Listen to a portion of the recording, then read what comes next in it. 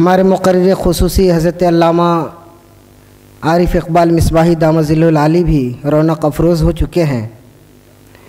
نقیب الصوفیہ حضرت علامہ مفتی محمد کتاب الدین رضوی نائب پرنسپل جامعہ عارفیہ کی بارگاہ میں نہایت ادب و احترام کے ساتھ میں گزارش کرتا ہوں کہ آپ تشریف لائیں اور اپنے پرمغز خطاب سے ہم حاضرین کو محظوظ فرمائیں۔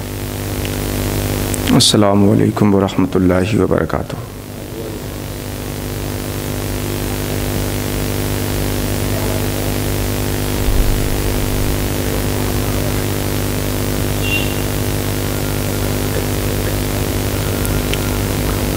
الحمد للہ واجب الوجود مفیض الارزاق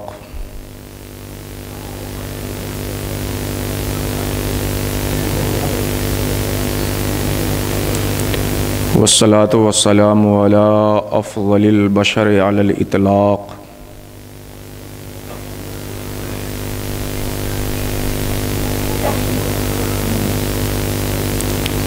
محمد المبعوث لتمیم مکارم الاخلاق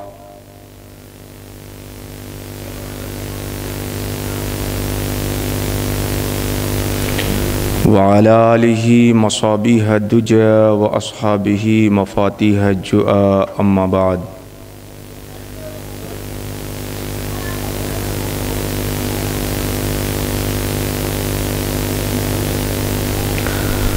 فقد قال اللہ تبارک وتعالی فی القرآن العظیم والفرقان الحمید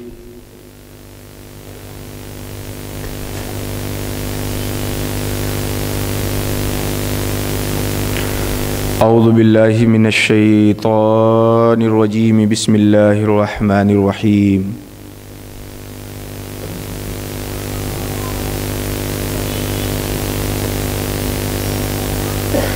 یا ایہا الناس اعبدوا ربکم الذی خلقکم من نفس واحدہ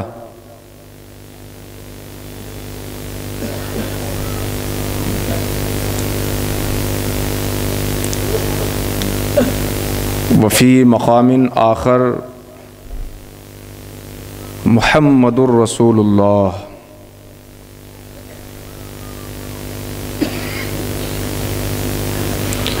صدق اللہ العلی العظیم وبلغنا رسولہ النبی الامین الکریم۔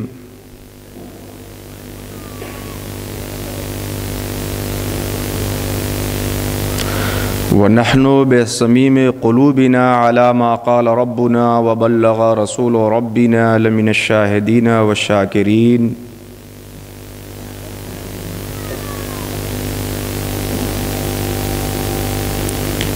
والحمد للہ رب العالمین۔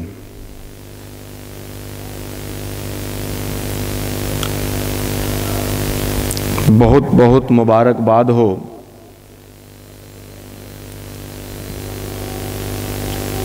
آپ کو اور پوری انسانیت کو کہ اس نے ہمارے اور آپ کے بیچ جناب محمد الرسول اللہ صلی اللہ تعالی علیہ وسلم کو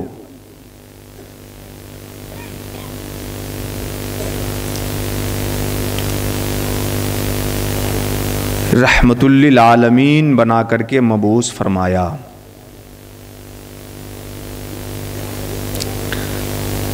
ہمارے وجود کا ہر بال زبان بن جائے اور جناب آقا سرور دو جہاں کی صورت میں اللہ رب العزت کی اس نعمت کے شکریے میں انسان لگ جائے تو بھی ہم اللہ رب العزت کا شکریہ ادا نہیں کر سکتے جتنا احسان اس نے اپنے نبی کو بھیج کر ہم میں کیا ہے۔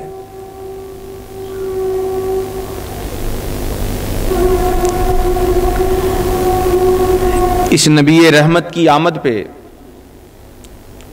خود اللہ تبارک و تعالی نے اپنے کلام مجید کے اندر ارشاد فرمایا کہ لقد من اللہ علی المؤمنین اذ بعث فیہم رسولا۔ اللہ کا بڑا احسان ہوا کہ اس نے اپنے رسول کو بھیجا۔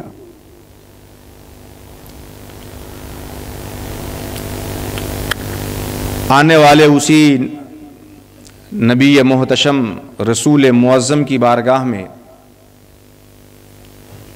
شرکت اور حاضری کی سعادت پیش کرنے کے لیے، خراج عقیدت پیش کرنے کے لیے حضور داعی اسلام شیخ ابو سعید ادام اللہ ظلہ علینا نے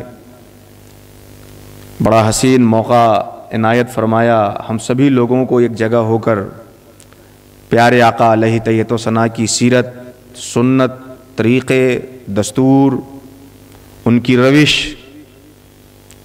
کو سننے، سنانے، سمجھنے اور اپنی زندگی میں عمل کی توفیق مانگنے کی۔ آغاز گفتگو سے پہلے نبی اور آل نبی کی بارگاہ میں جی لگا کر ایک مرتبہ درود پاک پیش کر لیں۔ اللہم صلی علی سیدنا حبیبنا شفیعنا مولانا محمد وعلی آل سیدنا مولانا محمد کما تحب و ترضی بان تصلی علیہ صلاۃ تبقى و تدوم بدوام الملک الحی القیوم۔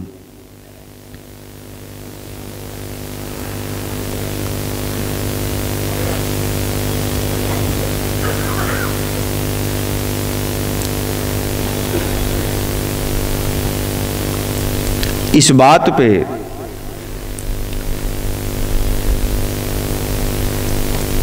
پوری انسانی برادری کا اتفاق ہے کہ ہم سب کا مالک ایک ہے، ہم سب کا خالق ایک ہے۔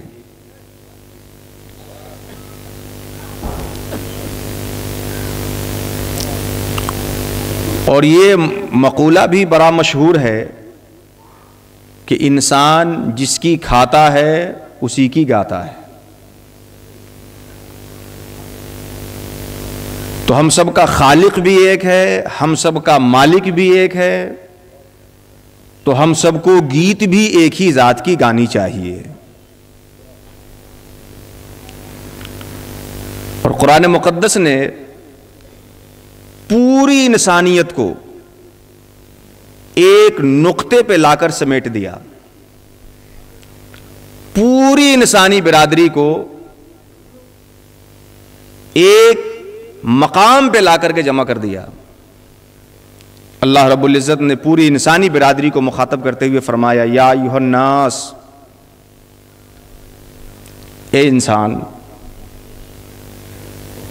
اس میں عربی زبان کا ناس لفظ آیا ہے، یہ مومن اور مسلم کا لفظ نہیں ہے کہ اے ایمان والے، اے مسلمانوں، اے شمس الدین، قمر الدین، بدر الدین سے پہچانے جانے والوں۔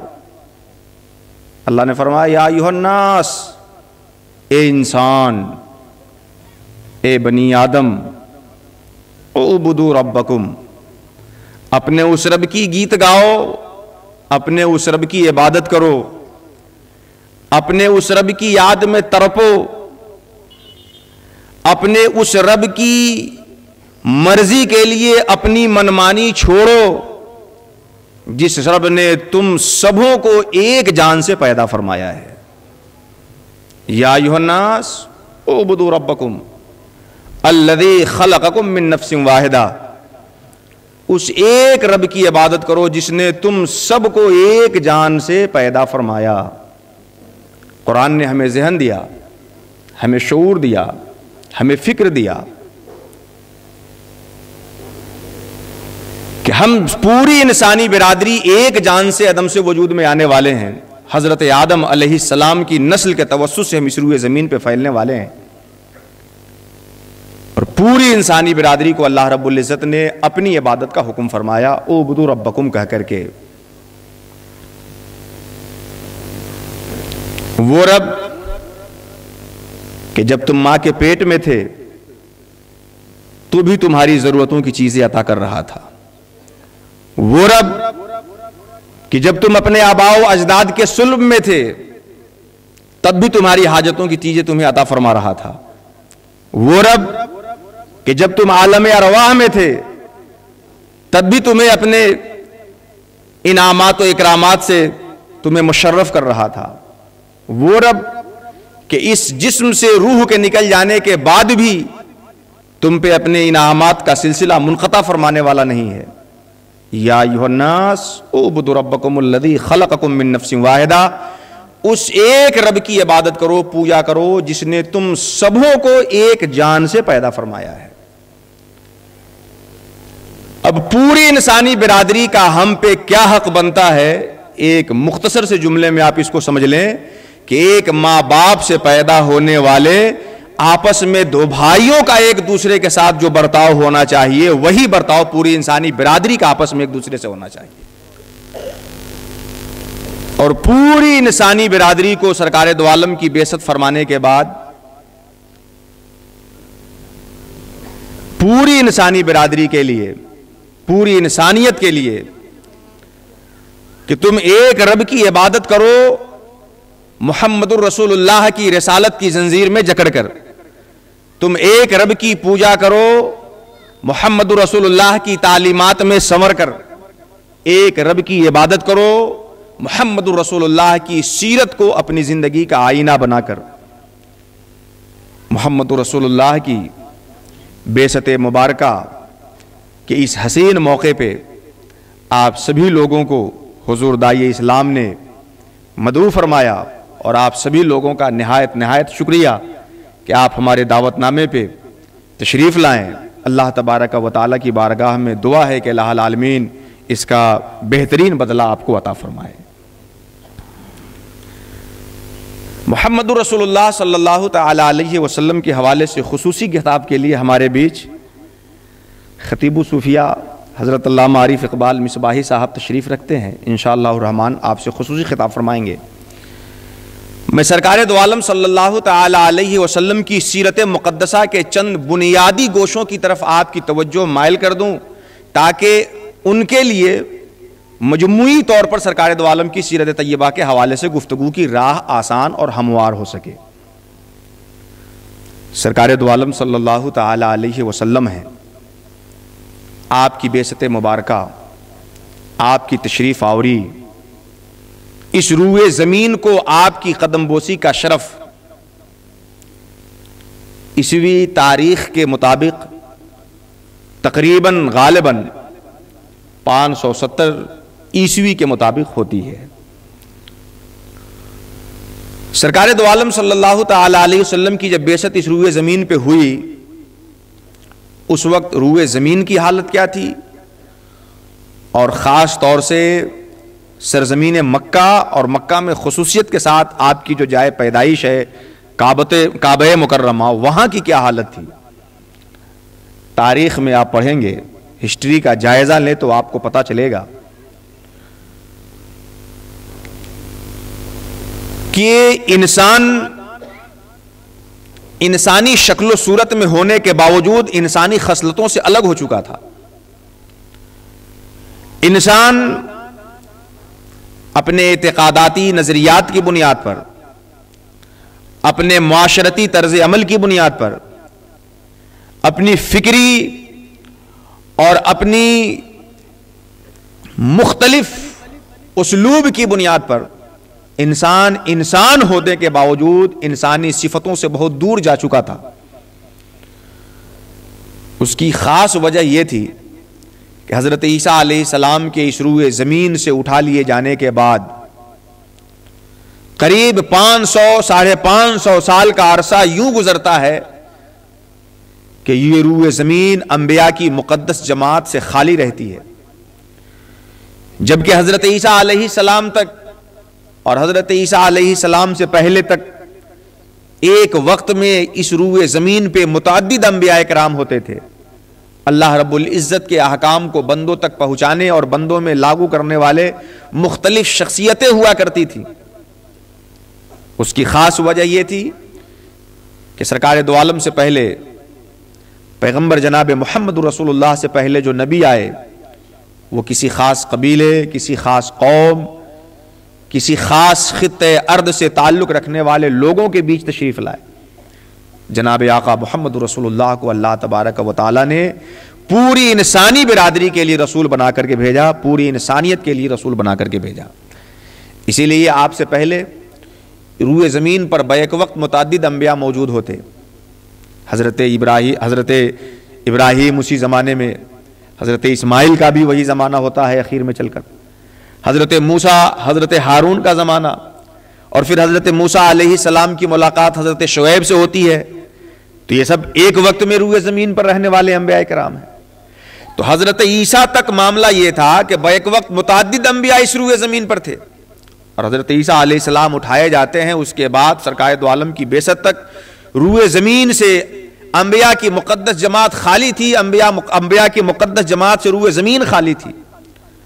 اب آپ اس کا اندازہ لگا سکتے ہیں کہ متعدد قبیلوں میں متعدد انبیاء کے ہونے کے باوجود جب انسانی فکر اپنے توازن کو کھو بیٹھے، انسان اپنی انسانی خصلتوں کو بھول جائے، تو جب روئے زمین 500 سال تک نبیوں کی جماعت سے خالی ہو تو انسان کس قدر اپنی شکار میں تفرید کا شکار ہو چکا ہوگا، اپنے افکار میں، اپنے خیالات میں، اپنے نظریات میں، اپنی سوچ میں، اپنے وچار دھارے میں کس قدر انسان بے راہ روی کا شکار ہو چکا ہوگا.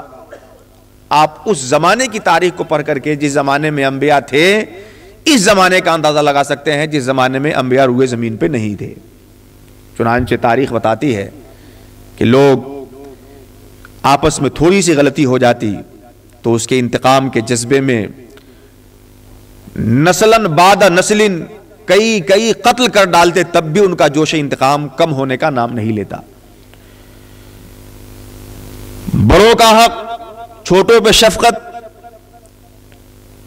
اور سب سے بڑی قباحت جو اس روئے زمین پر انسانوں کے بیچ آئی تھی وہ کہ انسان اپنے خالق و معبود کو فراموش کر کے، اسے بھول کر کے اپنے منمانے خداؤں کی عبادت شروع کر چکا تھا.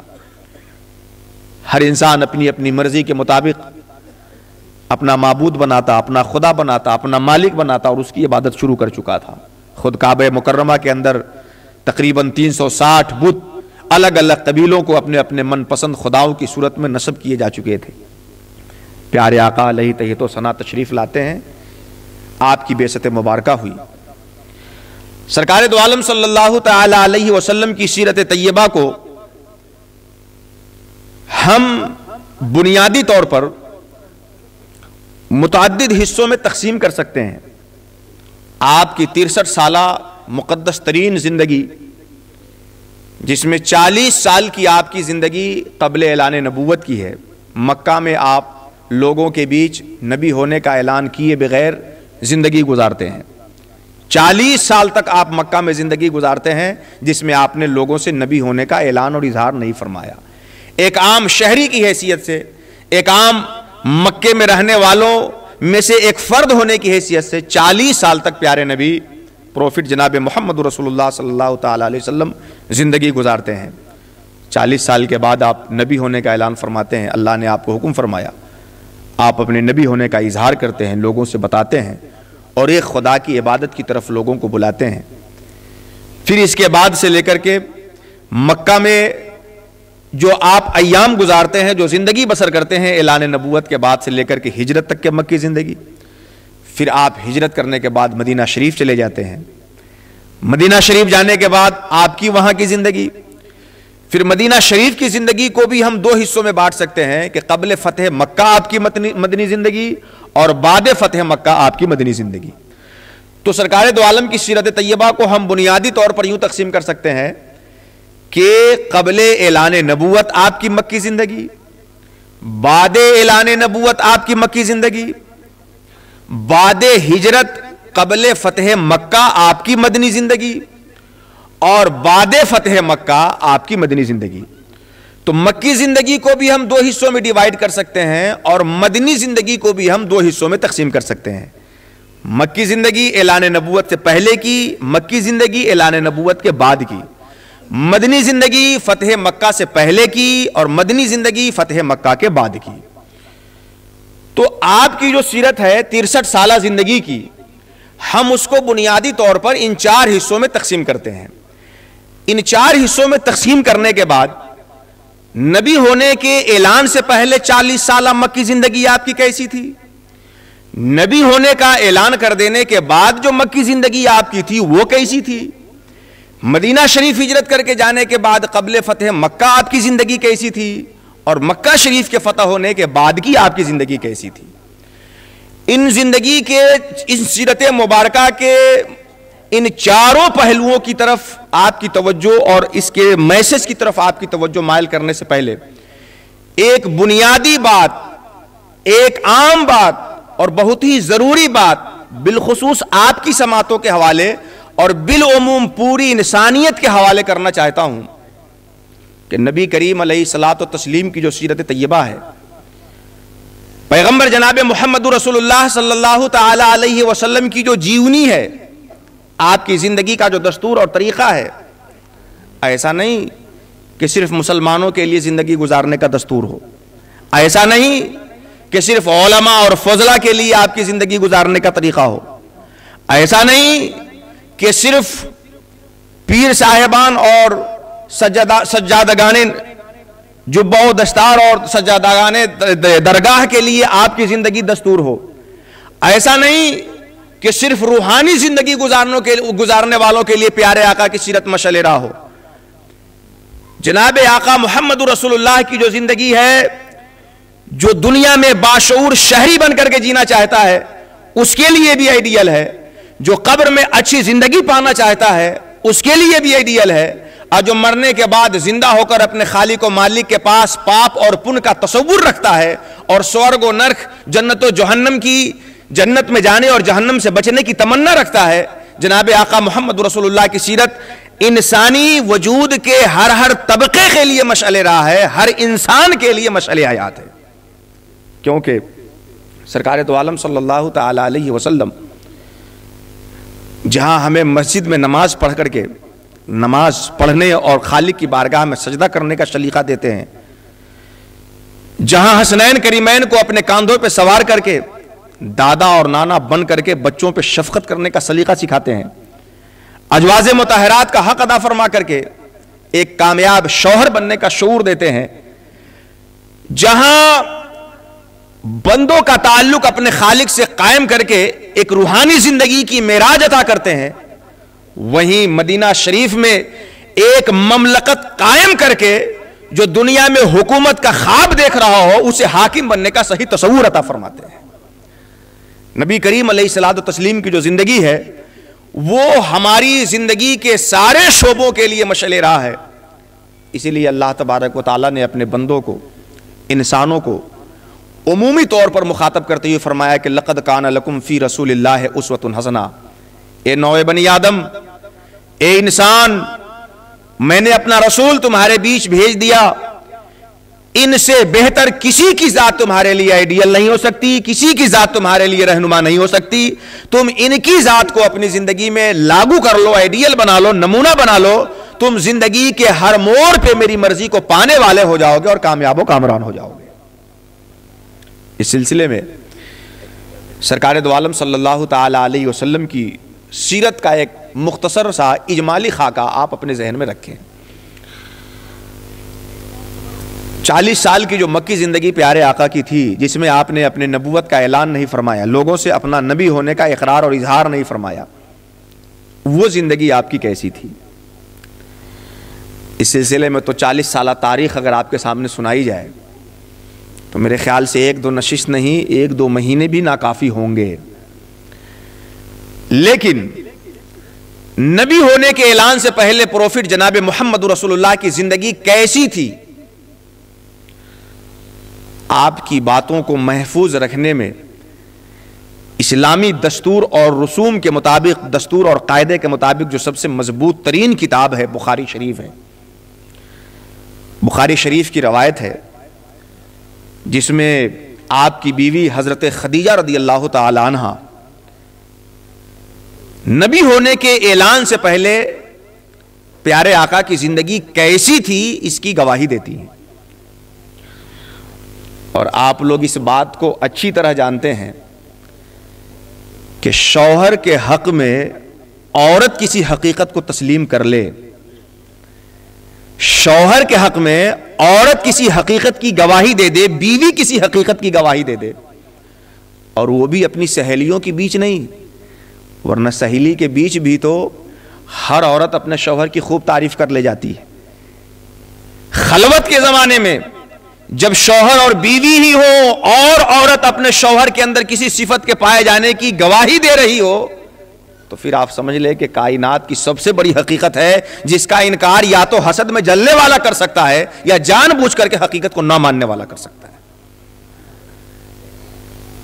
کیونکہ عورت بیوی شوہر کی جلوت خلوت رات و دن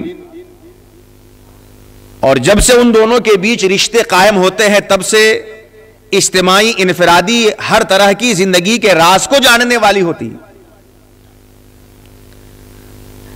اس لیے عورت بہت جلد اپنے شوہر کے حوالے سے کسی حقیقت کو تسلیم نہیں کرتی جب تک کہ وہ خلوت جلوت اور ہر اعتبار سے پروسوخ انداز میں وہ اس مقام پہ نہیں پہنچ جاتی کہ واقعی یہ خصلت ان کے اندر ہے. حضرت خدیجہ رضی اللہ تعالیٰ عنہ گواہی دیتی ہیں کہ نبی ہونے کے اعلان سے پہلے پیارے مصطفیٰ کی زندگی کیسی تھی. بخاری شریف کی حدیث ہے کہ سرکار دو عالم صلی اللہ تعالیٰ علیہ وسلم جب 40 سال کی عمر کو قریب پہنچے 38-39 سال کے زمانے تھے حبب الیہ الخلا تو نبی کریم علیہ السلام کے دل میں خلوت کی محبت ڈال دی گئی. سرکار الگ تھلگ لوگوں سے رہنے لگے جس کے لیے پیارے مصطفیٰ علیہ تحیت و ثنا حضرت خدیجہ سے کچھ سامان تیار کروا لیتے اور مکہ ہی سے متصل غار کا ایک حصہ تھا جس کو غار حرا کہتے ہیں وہاں چلے جاتے. ہفتہ 2 ہفتہ اللہ رب العزت کی یاد میں ڈوبے رہتے. پھر جب زاد ختم ہو جاتا توشہ ختم ہو جاتا آپ گھر لوٹتے حضرت خدیجہ سے پھر زاد اور توشہ تیار کروا کے پھر غار حرا لوٹ جاتے. جب پہلی وحی آپ کے پاس آئی حضرت جبریل لے کر کے آتے ہیں اقرا باسم ربک الذی خلق. پہلی وحی لے کر کے جبریل آتے ہیں. اللہ رب العزت کی یاد میں پیارے مصطفیٰ ڈوبے تھے کائنات سے الگ ہو کر کے اپنے بنانے والے کے تصور میں ڈوبے ہوئے تھے.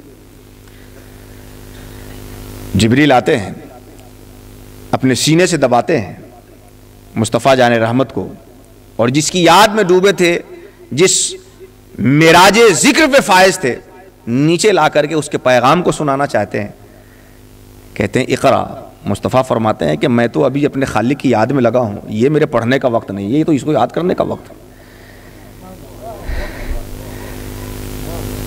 جبریل پھر اپنے سینے سے دباتے ہیں پھر وہی کہتے ہیں اقرا.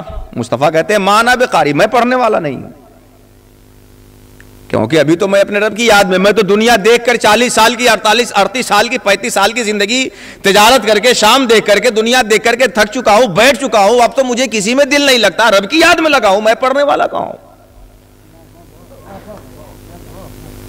جبریل سمجھ جاتے ہیں کہ صرف پڑھنے سے یہ اس یاد سے نیچے اترنے والے نہیں ہیں. داؤ لگاتے ہیں اور آگے کے حکم کو بیان کر دیتے ہیں.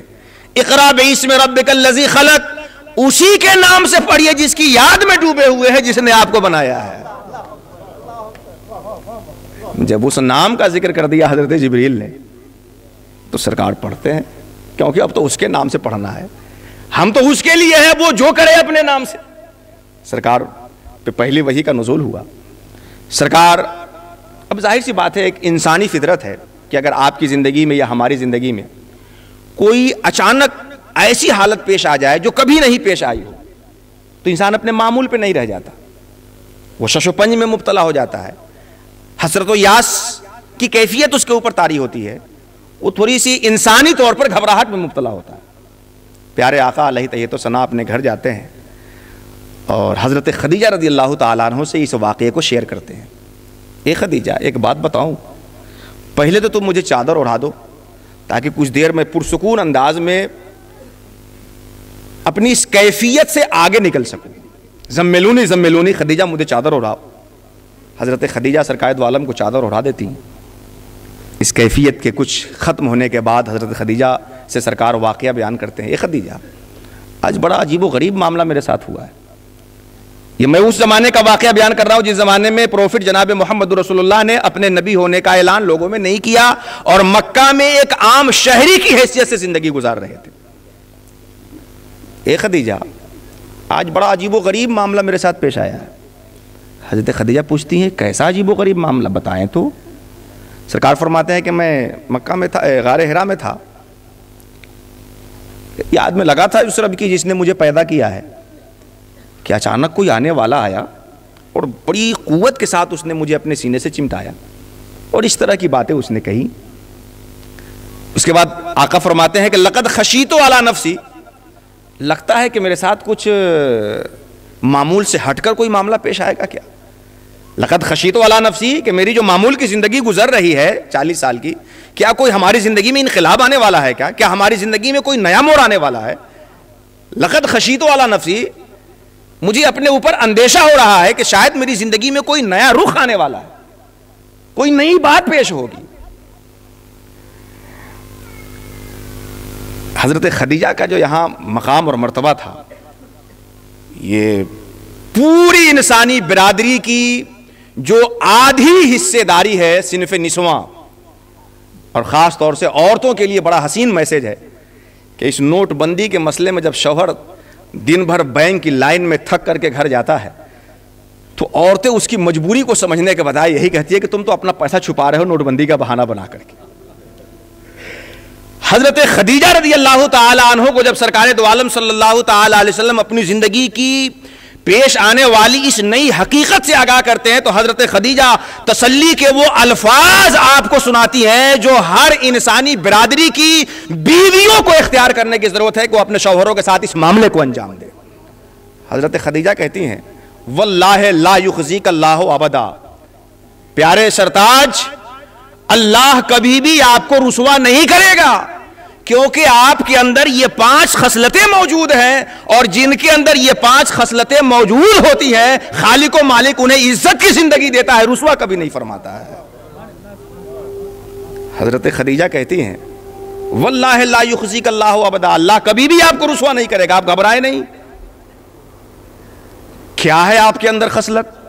میں نے پہلے کہا تھا کہ بیوی اگر شوہر کے حوالے سے خلوت میں کسی شہادت دے دے کسی بات کی تو وہ حقیقت بڑی مضبوط ہوا کرتی ہے. حضرت خدیجہ کہتی ہیں انک لتصل الرحم وتحمل الکل وتکسب المعدوم وتقری الضعیف وتعین علی نوائب الحق. یہ 5 خصلتیں بتاتی ہیں حضرت خدیجہ کہ آپ کے اندر یہ 5 خصلت پائی جاتی ہے, اور جس کے اندر یہ 5 خصلت پائی جائے اللہ اس کو رسوا نہیں کرے گا, اسے تو لوگوں کے بیچ عزت کی زندگی عطا فرمائے گا. یہ 5 خصلتیں کیا ہیں؟ حضرت خدیجہ فرماتی ہے کہ لتصل الرحم, آپ صلہ رحم کرتے ہیں. لتصل الرحم, آپ صلہ رحم کرتے ہیں. صلہ رحمی کرنا یہ بڑا کثیر الاستعمال جملہ ہے, سب لوگ اس کو بولتے ہیں. صلہ رحمی کرنا, صلہ رحمی کرو, صلہ رحمی کرو, صلہ رحمی کرو. یہ صلہ رحمی کا کیا معنی ہے؟ صلہ رحمی کا 2 معنی ہے. ایک اس کا وہ معنی ہے جو لغت کے حدود و قیود میں جکڑ کے نکالا جائے, اور اس کا ایک وہ معنی ہے جہاں پہ لغت کے حدود و قیود ہاتھ جوڑ کے کھڑے ہو جائیں اور مجاز کی کشتی پہ سوار ہو کر کے پہنچا جائے تب حاصل ہو. صلہ رحم کا 2 معنی ہے. صلہ رحمی کرنا, صلہ رحم کا وہ معنی جسے لغوی حدود و قیود میں رہ کے سمجھا جائے وہ یہ ہے کہ رحم کہتے ہیں عربی زبان کے اعتبار سے رحم کا شابدک ارتھ ہے بچے دانی, جس میں رہ کر کے انسان کا یہ جسم ماں کے پیٹ میں تیار ہوتا ہے. تو صلہ رحم کا معنی یہ ہوگا کہ جن لوگوں کے ساتھ رحم کا تعلق ہے, جن لوگوں کے ساتھ بچے سے پیدائشی تعلق ہے, جن لوگوں کے ساتھ خون کا تعلق ہے, ان لوگوں کے ساتھ آپ اپنی وسعت کے مطابق بھرپور فائدہ پہنچانے کی کوشش کرتے ہیں. آج بڑا تیزی کے ساتھ ایک نعرہ تھا کہ ہم دو ہمارے دو, اس نعرے کو سمیٹ کر کے لوگوں نے ہم دو ہمارے ایک تک پہنچا دیا, لیکن اس نعرے کا جو منفی اثر تھا, اس نعرے کا جو نگیٹو پہلو ہے, اس کا جو منفی اثر ہے, سائیڈ ایفیکٹ ہے, وہ ہم نے نہیں سمجھا. ہم تو شروع میں ہم دو ہمارے دو کے نعرے کو بہت اچھا سمجھا, لیکن جب بیٹا ہم سے کہنے لگا کہ ابا ہم دو ہمارے دو, پوتا ہم سے بتانے لگا دادا ہم دو ہمارے دو, بھتیجا ہم سے بتانے لگا کہ ہم دو ہمارے دو, ہم ہیں ہمارے دو ہیں, وہ جانتے ہیں, باپ کو کون جانے, ماں کو کون جانے, بھائی کو کون جانے, پھوپھی کو کون جانے.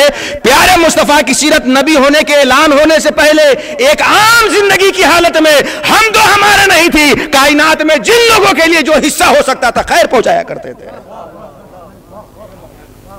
انک لتصل الرحم, آپ ہم دو ہمارے دو میں نہیں گھرے ہوئے ہیں, آپ تو سب لوگوں کے ساتھ صلہ رحم کا معاملہ کیا کرتے ہیں. یہ گواہی کسی اور کی نہیں، ایک بیوی کی گواہی شوہر کے حق میں ہے۔ اس کے بعد حضرت خدیجہ کہتی ہیں کہ اِنَّكَ تَحْمِلُ الْكَلْ، آپ تو لوگوں کا بوجھ ہلکا کرتے ہیں۔ وَتَكْسِبُ الْمَعْدُومَ، جس کو ضرورت کی چیز نہیں ہوتی وہ معدوم اسے حاصل کرا دیتے ہیں۔ تحمل الکل اور تکسب المعدوم کو آپ نہایت آسانی کے ساتھ یوں سمجھے کہ آپ کو 50 روپے کی ضرورت ہو، 25 روپے ہی آپ کے پاس ہے، ضرورت کا بوجھ 25 روپے سے آپ کا حل نہیں ہو رہا ہے، 25 روپے ہم نے آپ کو دے دیا، تحمل الکل کا معنی حاصل ہو گیا کہ ہم نے آپ کا بوجھ اٹھا دیا۔ تکسب المعدوم کا معنی یہ ہے کہ 50 کی ضرورت تھی اور 1 روپے بھی آپ کے پاس نہیں ہے، میں نے پورے 50 آپ کو دے دیا کہ لائیے آپ اپنی ضرورت پوری کر لیجئے، ہم کو اس سے خوشی حاصل ہو جائے گی۔ تو تحمل الکل تکسب المعدوم، جو ضرورت سے عاجز رہتا ہے اس کی بھی مدد کرتے ہیں، اور جس کو ضرورت کا سامان بالکلیہ نہ ہو آپ اپنی ذات پہ اسے ترجیح دیتے ہیں اور اسے سامان عطا کر دیا کرتے ہیں۔ اس کے بعد چوتھی خصلت حضرت خدیجہ فرماتی ہے کہ تقریر ضعیف، آپ مہمان نوازی کرتے ہیں، مہمانوں کو دیکھ لینے کے بعد آپ کے چہرے پہ سیاہی نہیں آتی، آپ کا چہرہ پزمردہ نہیں ہوتا، مہمان کو دیکھنے سے آپ خوشی محسوس کرتے ہیں، اور جو بھی آپ کے پاس آئے آپ بھرپور اس کی استطاعت کے مطابق بھرپور اس کی خدمت کرنے کی کوشش کرتے ہیں۔ وَتَعِينُ عَلَى نَوَائِبِ الْحَقِّ، اور اللہ رب العزت کی طرف سے، خالق و مالک کی طرف سے جس کو بھی جو مصیبتیں آئی ہوئی ہوتی ہیں، جو مسئلہ آیا ہوا ہوتا ہے، آپ اس کو اس مصیبت اور مسئلے پہ رہنمائی کرتے ہیں، اس کی مدد کرتے ہیں۔ یہ پیارے آقا کی، پروفٹ محمد رسول اللہ صلی اللہ علیہ وسلم کی جیونی ہے نبی ہونے کا اعلان کرنے سے پہلے۔ یہ آپ کا طریقہ نبی ہونے کے اعلان سے پہلے، اور جس کی گواہی میں نہیں دے رہا ہوں امت ہونے کے ناطے، کوئی شاگرد نہیں دے رہا ہے شاگرد ہونے کے ناطے، کوئی مرید نہیں دے رہا ہے مرید ہونے کے ناطے، بیوی کہہ رہی ہے، جس حقیقت کو بیوی تسلیم کر لے، وہ بھی خلوت میں تسلیم کر لے، وہ سب سے بڑی حقیقت ہوا کرتی ہے۔ ورنہ ایک بڑا مشہور لطیفہ ہے کہ ایک شوہر تھا، اس کو اپنی بیوی سے ہر بات پہ انبن بنی رہتی، گھر سے ناراض ہو کر کے کسی بزرگ کے خانقاہ میں جاگزی ہو گیا، مجاہدات کیا، چلے کیا، اللہ نے اس کو کرامت بخشی کہ ہوا میں اڑنا شروع کر دیا۔ وہ ہوا میں اڑ کر کے اپنے گھر پہنچا، گاؤں کے سارے لوگ گھر سے باہر آ گئے، اس کو تک تکین باندھ کر کے حسرت بھری نگاہوں سے دیکھنے لگے، کتنا عظیم جلیل القدر بندہ ہے جو ہوا میں اڑ رہا ہے۔ وہ رات کو اپنے گھر آتا ہے، بیوی بھی کہتی ہے کہ آج تو بڑا عجیب و غریب گاؤں میں معاملہ پیش آیا ہے۔ شوہر پوچھتا ہے کیا ہوا؟ ارے ایک شخص ہوا میں اڑ رہا تھا۔ بیوی ساری خوبیاں بیان کرنے لگتی ہے، بڑا عظیم آدمی ہوگا وہ۔ شوہر چپکے سے کہتا ہے وہ میں ہی تو تھا جو ہوا میں اڑ رہا تھا۔ اب بیوی کیا کہتی ہے؟ اچھا تم تھے، اسی لیے تو ٹیڑھے ٹیڑھے اڑ رہے تھے۔ میں یہ لطیفہ سنا کر آپ کو ہنسانا نہیں چاہتا، میں بتانا ہی چاہتا ہوں کہ عورت اگر خلوت میں کسی حقیقت کو تسلیم کر لے شوہر کے حوالے سے تو بہت بڑی حقیقت ہوا کرتی ہے، اور حضرت خدیجہ ان باتوں کی گواہی دے رہی ہیں کہ یہ باتیں آپ کے اندر پائی جاتی ہے۔ یہ تو جیونی ہوئی سرکار دو عالم کی نبی ہونے کا اعلان کرنے سے پہلے۔ 40 سال کی آپ کی زندگی ہوئی، اللہ نے آپ کو لوگوں میں بتایا، یا ایھا المدثر قم، اے اپنی نبوت کو چادر میں چھپا لینے والے، یا ایھا المدثر، اے نبوت کو چادر میں چھپا لینے والے، قم، اب چادر ہٹائیے، اے جوہر اصلیہ کو بشریت کے پردے سے چھپانے والے، قم، اٹھیے، کیونکہ آپ نبوت چھپائے ہیں، خانہ کعبہ میں بت کی پوجا ہو رہی ہے، آپ نبوت پہ چادر ڈالے ہیں، اور اس روئے زمین پہ سب سے بڑی حقیقت کہ اللہ ہی عبادت کے لائق ہے، اس حقیقت کے خلاف سب منمانے بتوں کی پوجا کرنے میں لگے ہوئے ہیں۔ آپ اپنی نبوت سے چادر اٹھائیے، قم، اور لوگوں کے بیچ کھڑے ہو جائیے۔ کس کے لیے کھڑے ہو جائیے؟ ظلم کے خلاف کھڑے ہو جائیے، توحید کے خلاف جو چند معبود بنا لیے جا چکے ہیں اس کے خلاف کھڑے ہو جائیے، زندہ بیٹیوں کو درگور کیا جا رہا ہے اس کے خلاف کھڑے ہو جائیے، مظلوموں کا حق مارا جا رہا ہے اس کے خلاف بڑے ہو جائیے، مساوات کا نعرہ لگا کر لوگ سلطنت قبضا رہے ہیں اور مساوات کا جنازہ نکالا جا رہا ہے اس کے خلاف کھڑے ہو جائیے، تم کھڑے ہو جائیے، فانذر، اور ڈرائیے لوگوں سے کہ یہی زندگی تمہاری زندگی نہیں ہے، اس آتما کے شریر سے نکل جانے کے بعد بھی تمہاری ایک زندگی ہے، یہی زندگی تمہاری نہیں ہے، اپنے رب کے پاس حاضر ہو کر کے جواب بھی تمہیں دینا ہے۔ جب یہ ذمہ داری آپ کو ملی، آپ فاران کی چوٹی پہ کھڑے ہو گئے۔ ابھی تو یہ گواہی بیوی کی شوہر کے حق میں تھی، ایک سماجی اور ایک عام گواہی دیتا ہوں، سرکار فاران کی چوٹی پہ کھڑے ہو گئے، مکے کے سب لوگوں کو بلا لیا، کہتے ہیں کہ مکہ کے لوگوں بتاؤ تم نے 40 سال تک مجھے کیسا پایا؟ 40 سال تک میں تمہارے بیچ تمہارا ہی فرد بن کر کے, تمہارے سماج کا ایک حصہ بن کر کے, تمہاری سوسائٹی کا ایک ممبر بن کر کے میں نے زندگی گزاری ہے. تو نے مجھے کیسا پایا؟ مکہ کے سبھی لوگوں نے ایک زبان ہو کے کہا تھا کہ ہم نے آپ کو سچا پایا, کبھی آپ جھوٹ نہیں بولے, اور ہم نے آپ کو امین پایا, کبھی کسی کی امانت میں آپ نے خیانت نہیں کی ہے.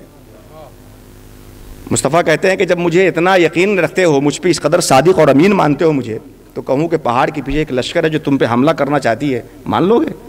سبوں نے کہا تھا کہ آپ نے آج تک کبھی جھوٹ بولا ہی نہیں, کہہ دیں گے تو ہم مان لیں گے.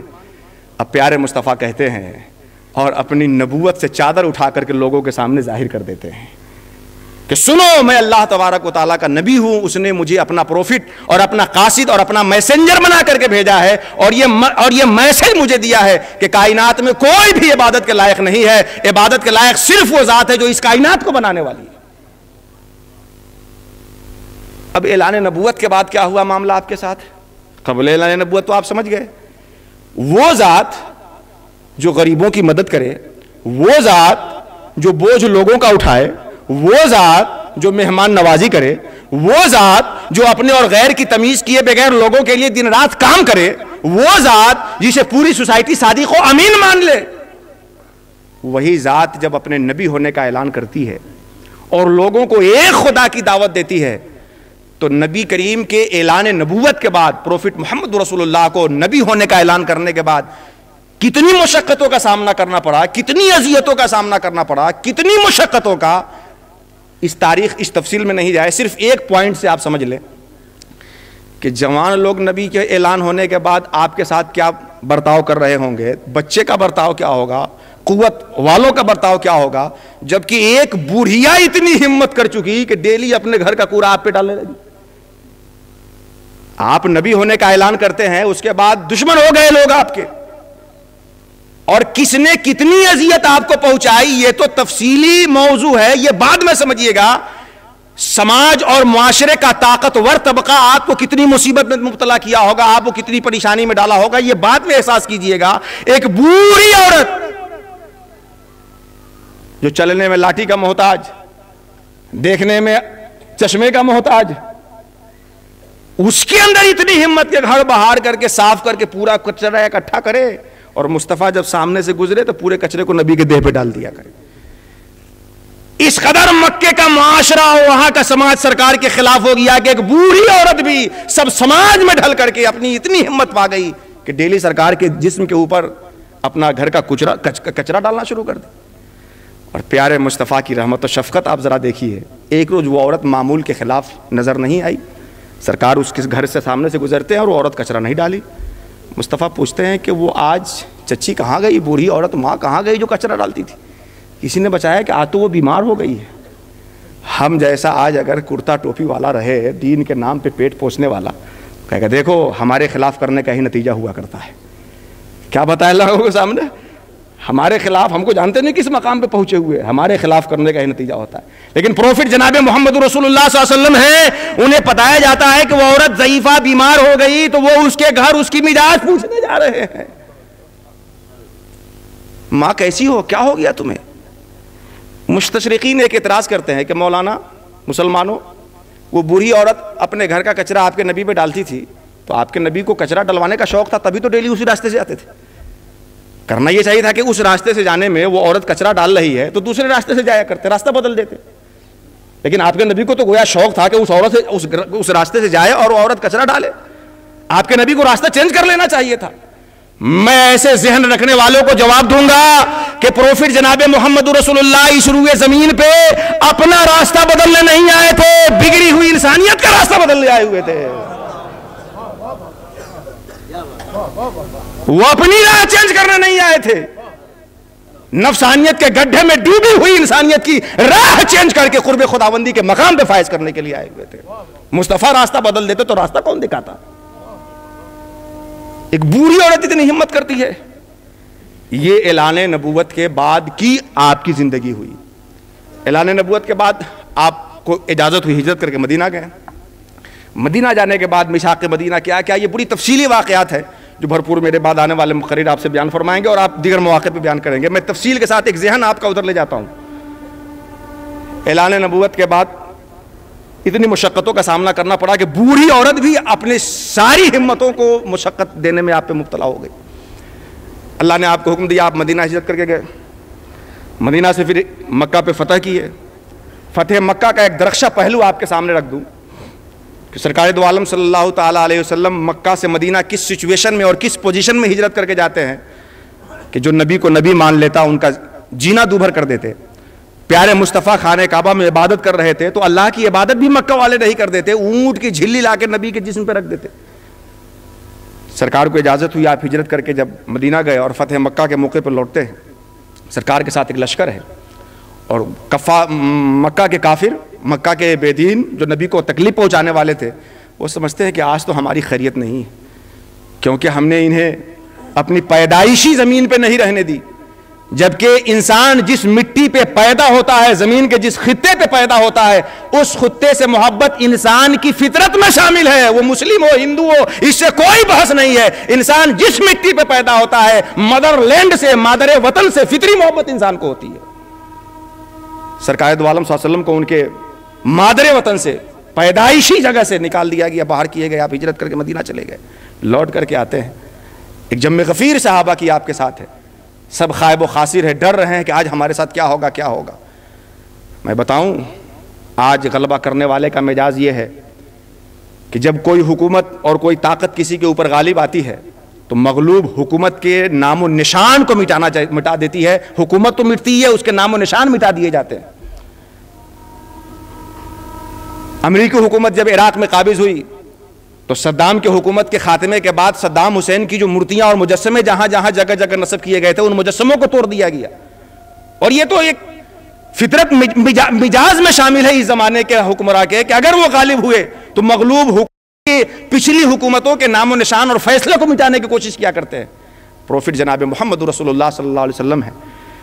فتح مکہ سے پہلے ابو سفیان کے جس گھر میں نبی اور ان کے ماننے والوں کے خلاف پورے پروگرامز تیار ہوتے تھے, پیارے مصطفیٰ نے ابو سفیان کے اسی گھر کو دارالامان بنا دیا ہے کہ جو اس میں داخل ہو جائے گا اسے امان حاصل ہو جائے گا.